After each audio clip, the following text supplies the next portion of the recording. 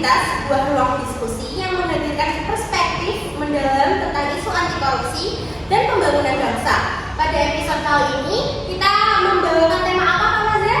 Jadi pada episode kali ini kita akan mengangkat tema membangun negeri bebas korupsi menuju solusi integritas berkelanjutan. Bersama saya Paza Dan saya Bias.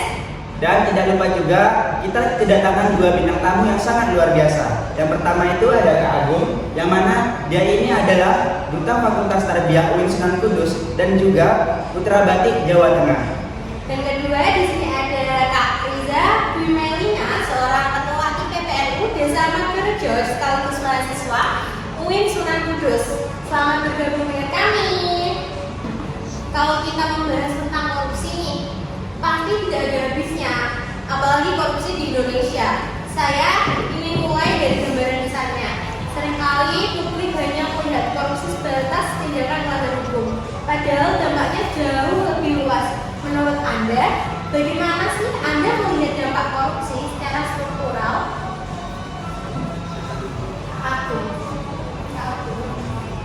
Kalau kita melihat korupsi ya Kak, itu kan tidak hanya merugikan negara dari segi ekonomi atau keuangannya, tapi juga merusak cara kerja lembaga pemerintahnya itu sendiri. Nah, ketika korupsi itu terjadi, aturan atau prosedur itu tidak lagi menjadi dasar dalam mengambil keputusan. Akibatnya itu seperti birokrasi menjadi tidak efisien dan juga pelayanan pembangunan itu tidak berjalan sesuai apa yang direncanakan Kak, dan juga tidak sesuai dan sejalan dengan kebutuhan masyarakat. Nah, jadi kepercayaan masyarakat terhadap pemerintah itu karena masyarakatnya sendiri itu melihat bahwa keputusan negara yang lebih banyak itu ditentukan oleh kepentingan pribadi daripada kepentingan publik gitu Kak. Nah, untuk Kak Melina nih, Anda kan sebagai mahasiswa UIN Sunan Kudus, bagaimana pandangan Kakak terkait korupsi yang terjadi di Indonesia? Apa penyebab utama kasus korupsi yang terjadi dan apa saja sih dampak yang paling sering Kakak temui di lingkungan ini? Kalau untuk mengenai penyebab korupsi itu kan pastinya korupsi itu bukan merupakan hal yang melanggar hukum saja, tapi kan menyangkut pautkan dengan legalitas. Nah, padahal sejatinya korupsi itu kan pasti didasari dari 3 faktor. Yang pertama itu ketika individu kehilangan integritas dirinya, pasti mereka itu nanti akan melakukan hal tersebut, karena kalau kita kehilangan integritas diri kita, pastinya kan kita sebagai individu itu kehilangan moral.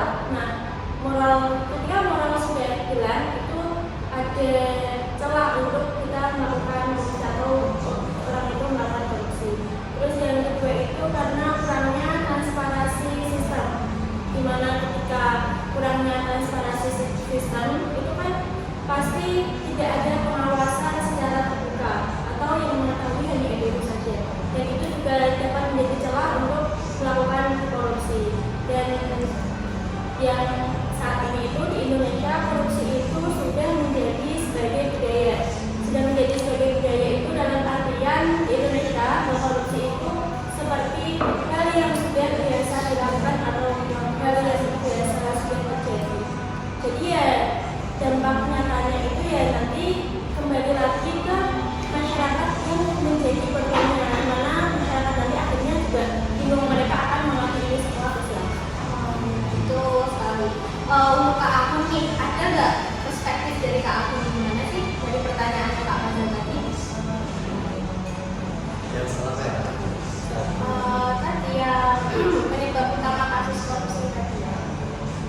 Kalau sendiri itu kan yang benar apa dikatakan Kak Melina itu moral dan integritas itu menjadi salah satu faktor utama yang menyebabkan orang itu melakukan korupsi, dan juga celah-celah sedikit karena menurut data dan juga penelitian itu ada yang mengatakan 85% korupsi itu berasal dari mahasiswa dari kampus. Jadi seperti apa ya Kak? Dana yang diberikan kepada sebuah kayak organisasi atau apa itu kan yang mengelola kita. Jadi kampus kan itu jadi miniatur negara gitu Kak. Jadi kita juga harus menjadi diri kita sendiri gitu. Jadi dedikasi dan juga tanggung jawab kita harus kita emban secara transparansi dan juga kejujuran, itu yang paling penting kan. Dari jawaban dari Kak Mailina sama Kak Agung tadi, kita tahu bahwa korupsi itu sudah menjadi budaya di Indonesia.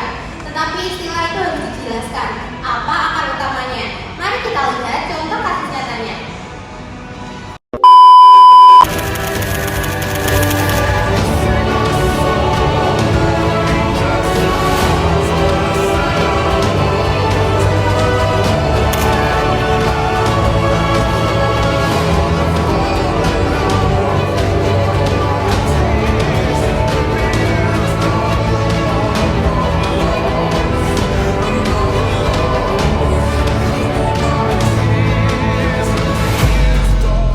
Mari kita masuk ke kasus pertama, yaitu Pertamina. Kerugian negara akibat kasus tata kelola minyak mentah dan produk kilang pada periode 2018 hingga 2023 diperkirakan mencapai 285 triliun rupiah.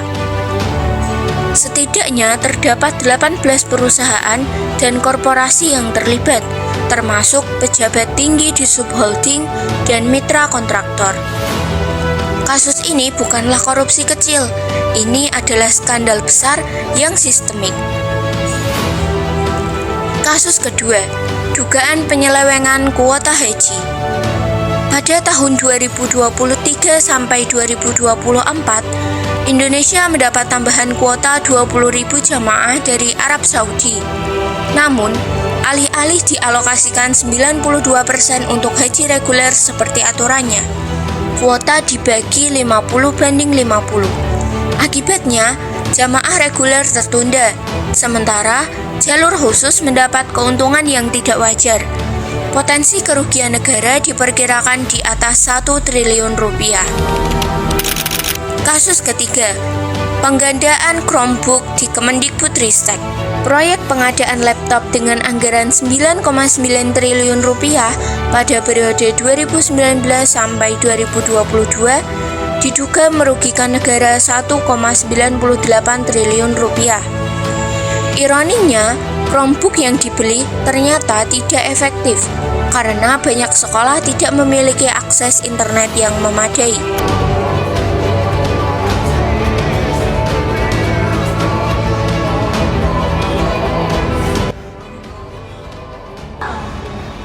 Dari contoh kasus tadi, bagaimana sih Kak pendapat Kakak?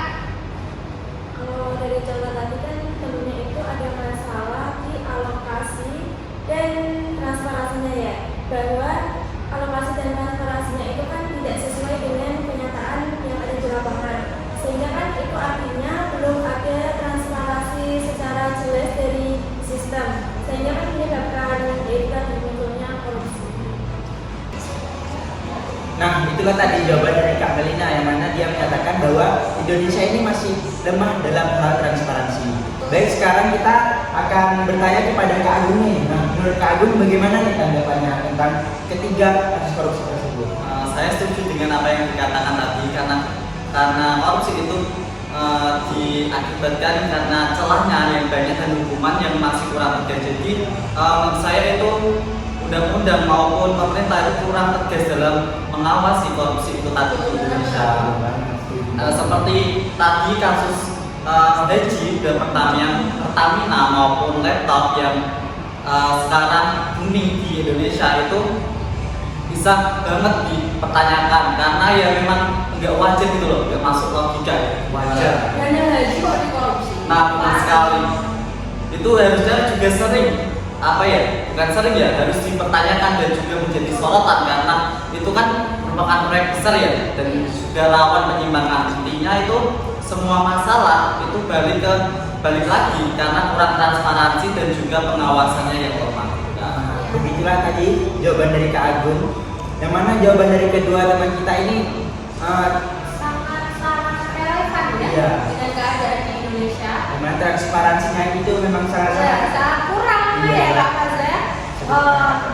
Kita lanjut ke pertanyaan berikutnya. Oke.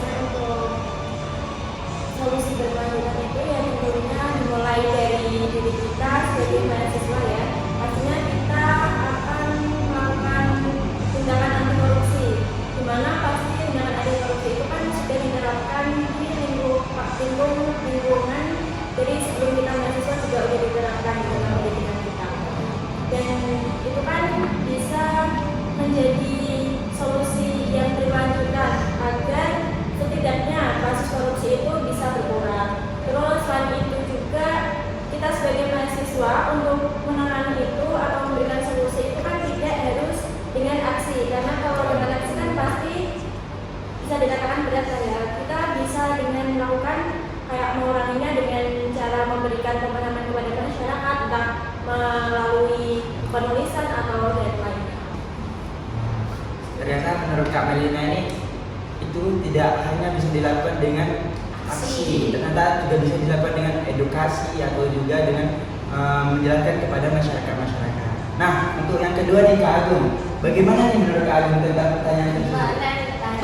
Saya sendiri itu kan karena tadi diperlukan perbaikan sistem dan juga karakter individu yang kita tadi ya Kak. Nah, pemerintah itu juga harus membangun sistem yang transparan seperti digitalisasi perizinan dan juga anggaran. Dan juga pemimpin juga harus memberikan contoh bagaimana yang baik dan nyata tentang kejujuran dan tanggung jawab. Nah, di sisi lain juga pendidikan integritas yang sudah dijelaskan Kak Melina tadi itu betul sekali harus ditanamkan sejak dini melalui pembelajaran dan juga pembiasaan. Nah, yang penting itu pembiasaan karena pembiasaan nanti yang akan merubah jadi diri kita agar tidak terjerumus ke korupsi tadi. Dan juga penegakan hukum yang harusnya itu tegas gitu kan di Indonesia untuk menerima hukuman yang adil sehingga masyarakat itu memahami bahwa korupsi tidak dapat ditoleransi gitu kan. Setuju sih, soalnya penegakan hukum di Indonesia memang kurang ada. Selanjutnya kita untuk memperkaya perspektif kita tentang solusi ini, khususnya dari sudut pandang institusi pendidikan, kami telah mewawancarai Ibu Nikmatus Holia dari UIN Sunan Kudus. Mari kita dengarkan bagaimana kata beliau. Mendukung budaya korupsi ya. Sebenarnya kalau di kurikulum kita itu sudah tercantum pendidikan anti korupsi, gak cuma di IPS, semua, karena itu mata kuliah nasional. Dan nilai-nilai anti korupsi itu harus diintegrasikan. Cuman memang secara eksplisit itu berarti terang-terangan gitu. Budaya itu belum ada di sekitar kita. Saya kurang tahu ya apakah di peraturan kampus kita itu sudah ada atau belum, karena jujur saya nggak hafal peraturan kampus apa aja. Mungkin langkah pertama itu harusnya satu, menulis di peraturan kampus itu. Jadi harus jelas punishmentnya. Misalnya kalau ada korupsi ada ini sanksinya apa? Untuk teknik, untuk dosen, untuk mahasiswa misalnya dosen minta dikasih sesuatu, kan itu termasuk gratifikasi. Sebenarnya sudah ada tindak pasalnya gitu, pasal ini, cuman kan mungkin itu belum termaktub jelas gitu, belum jelas. Terus mungkin langkah yang kedua, kita belum ada satgas anti korupsi. Nah, satgasnya itu baru PSGA. PSGA itu perlindungan khusus perlindungan gender dan anak. Itu sudah ada kekerasan seksual misalnya. Cuman kalau yang satgas anti korupsi memang belum. Semoga next ke depannya bisa. Itu aja sih kayaknya. Kalau untuk selanjutnya, menurut pandangan itu sendiri, bagaimana peran mahasiswa dalam mengatasi pendukung gerakan anti korupsi itu? Peran mahasiswa itu seperti apa? Harusnya berperan banget mahasiswa, karena misalnya nih dosen minta sesuatu ke mahasiswa yang itu tidak berhubungan dengan mata kuliah, tapi berhubungan dengan uang dan hanya untuk keuntungan pribadi. Itu nggak boleh. Nah, itu harusnya peran mahasiswa adalah dia memberikan bukti dan melapor ke Kapolri misalnya, melampirkan buktinya bahwa ini ada ini, bahwa ibu ini meminta ini yang untuk keuntungan pribadi. Harusnya begitu, karena korbannya kan mahasiswa, jadi mau nggak mau harus speak up. Nah, itulah video dari hasil wawancara kami terhadap Ibu Naem, yaitu selaku dosen kita. Jadi kita bisa lihat bahwa membangun integritas itu memang harus berkolaboratif dari semua sisi, tidak hanya mengandalkan KPK ataupun lembaga-lembaga. Betul banget. Menurut Kak Agung dan Kak Melina, bagaimana sih peran individu dalam mencegah korupsi ini? Terutama boleh untuk Kak Agung. Oke. peran individu dalam mencegah korupsi itu bisa dimulai dari langkah kecil, karena langkah kecil atau kontribusi kecil itu akan berdampak besar sekali pada lingkungan kita ya. Bisa dimulai dari transparansi dan juga kejujuran. Nah, yang sering terjadi di masyarakat pada generasi muda ya khususnya itu seringkali memberikan uang pelicin yang seharusnya itu kan tidak boleh ya Pak. Nah, itu salah satu langkah kecil yang sering kita anggap sepele, tapi itu juga yang akan itu Kak berdampak korupsi gitu. Nah, jadi kita juga harus nih membentuk prinsip dan juga integritas ke individu, ke diri kita sendiri Kak. Nah, saya tadi malam itu sempat itu Kak mencari tahu, ternyata itu di Inspektorat Jawa Tengah itu bekerja sama dengan ASISI, itu merupakan gerakan sosialisasi Kak, gerakan sosialisasi untuk pemuda agar terbebas dari anti korupsi. Jadi kan kita bisa itu kan ya Kak, kayak berkolaborasi ke ASISI tadi itu, karena saya melihat itu masih minim Kak. ASISI betul. Itu gerakan sosial itu baru dimulai dari tahun 2022. Gerakan untuk anti korupsi. Iya betul sekali. Masih muda ya. Nah, saya juga baru tahu sebenarnya baru iya tadi malam betul. Nah itu kan kita juga pertama mahasiswa ya Kak, itu kan bisa terjun berkontribusi, karena saya tadi malam itu lihat itu kontribusinya sangat baru minim, masih minim Kak. Wah, dari Kak Agung ini kita tahu adanya apa tadi Kak Agung? ASISI. Kita sebagai mahasiswa tentunya harus tahu dan ikut berkontribusi ya Iya. Kak Fajar. Karena itu dampaknya sangat besar ya. Iya, kita harus berani mulai dari langkah kecil dulu. Kemudian menurut Kak Marlina, gimana sih tanggapannya?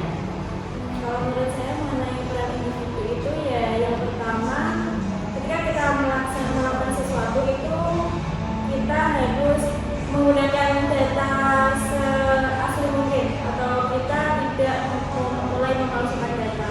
Terus yang kedua itu kita harus menerapkan prinsip bahwa kita harus jujur, terus dan kita juga harus amanah, sekecil apapun amanah yang telah diberikan kita harus selalu beramanah. Karena apa? Korupsi itu kan munculnya tidak berawal dari satu kali saja ya, karena kan ketika dia melakukan korupsi dan terus dia merasa aman, pasti kan dia melakukan korupsi lagi karena dia merasa aman. Terus ya intinya ya kita harus jujur, terus tanggung jawab, terus harus menerapkan prinsip tadi, amanah sekecil apapun harus. Ya betul banget. Kita itu intinya harus punya pegangan, nggak boleh ikut-ikutan orang lain. Iya. Ya kan? Benar Kak. Ini berarti dia lebih menyampaikan kepada moral diri sendiri dulu ya. Iya betul banget.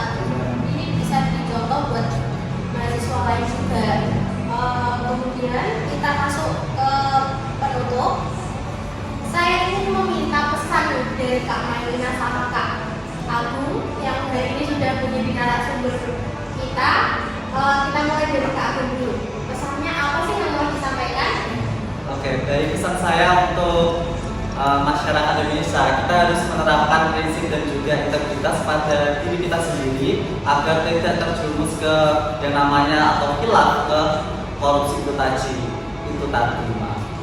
Jadi karena kita generasi muda itu kan celahnya banyak sekali ya Kak. Kita harus mempunyai prinsip dan juga integritas tadi. Karena langkah kecil yang kita lakukan dimulai dari kejujuran itu tadi itu akan berdampak besar pada lingkungan kita dan masyarakat kita. Nah, itulah tadi pesan dari Kak Agung. Sekarang kita lanjut kepada Kak Melina. Bagaimana sih, apa sih pesan yang Kakak berikan untuk generasi-generasi mendatang? Pesan yang diharapkan atau yang saya berikan untuk generasi mendatang itu kan generasi mendatang kan sebagai agen perubahan ya. Jadi itu nanti itu kita tidak harus pintar secara akademik saja atau secara teori saja, tapi juga kita bisa meningkatkan integritas kita. Karena apa? Ketika kita meningkatkan integritas berupa kejujuran, tanggung jawab, dan juga amanah Indonesia menjadi negara yang lebih adil dan berkelanjutan. Setuju banget. Terima kasih kepada Kak Agung dan Kak Melina yang telah meluangkan waktunya bersama kami. Semoga diskusi kali ini bisa menginspirasi kita untuk terus menjaga integritas dan berkontribusi pada negeri yang bersih dan transparan. Oke, demikian podcast kita hari ini. Kalau seumpama ada kata yang kurang menyenangkan di hati, semoga bisa dimaklumi ya Kak Waza. Kemudian sampai bertemu di episode berikutnya di Suara Integritas. Wassalamualaikum warahmatullahi